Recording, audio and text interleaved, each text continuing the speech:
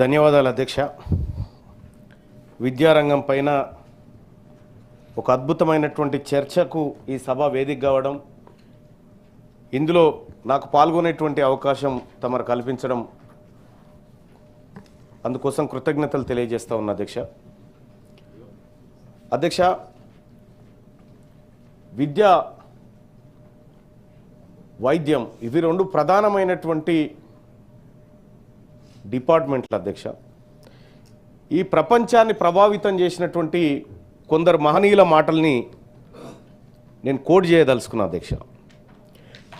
Nelson Mandela గారు విద్య అనేది ప్రపంచాన్ని మార్చగల అత్యంత శక్తివంతమైన ఆయుధం అని చెప్పిండు.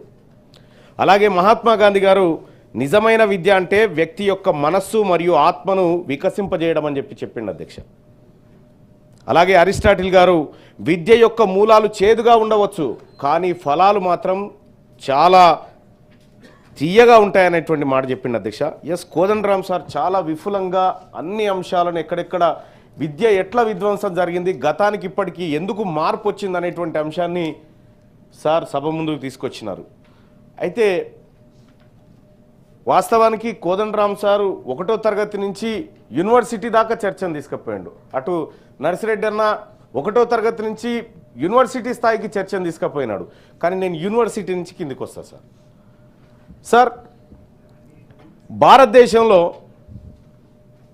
ప్రపంచంలోనే మొట్టమొదటి విద్యా సంస్థగా, విశ్వవిద్యాలయంగా చెప్పుకుంటుంది మన దేశంలోనే పుట్టినట్టుంది సార్.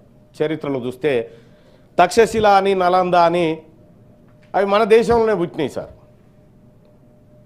బీహార్ ప్రాంతంలో దాన్ని కనిపిస్తాయి సార్. అయితే సార్ ఈ క్రీస్తు పుట్టక ముందు పుట్టినాయి సార్. ఇవన్నీ చాలా సంస్థలు ఉన్నాయి అప్పటికి కూడా. కానీ అధ్యక్ష, ఈ దేశంలో ప్రపంచం కంటే ముందు పుట్టినటువంటి ఏవైతే విద్యా వ్యవస్థలు ఉన్నాయో సార్, ఇప్పటికీ ఈ దేశంలో సార్ 30 కోట్ల మందికి చదువు రాదు సార్.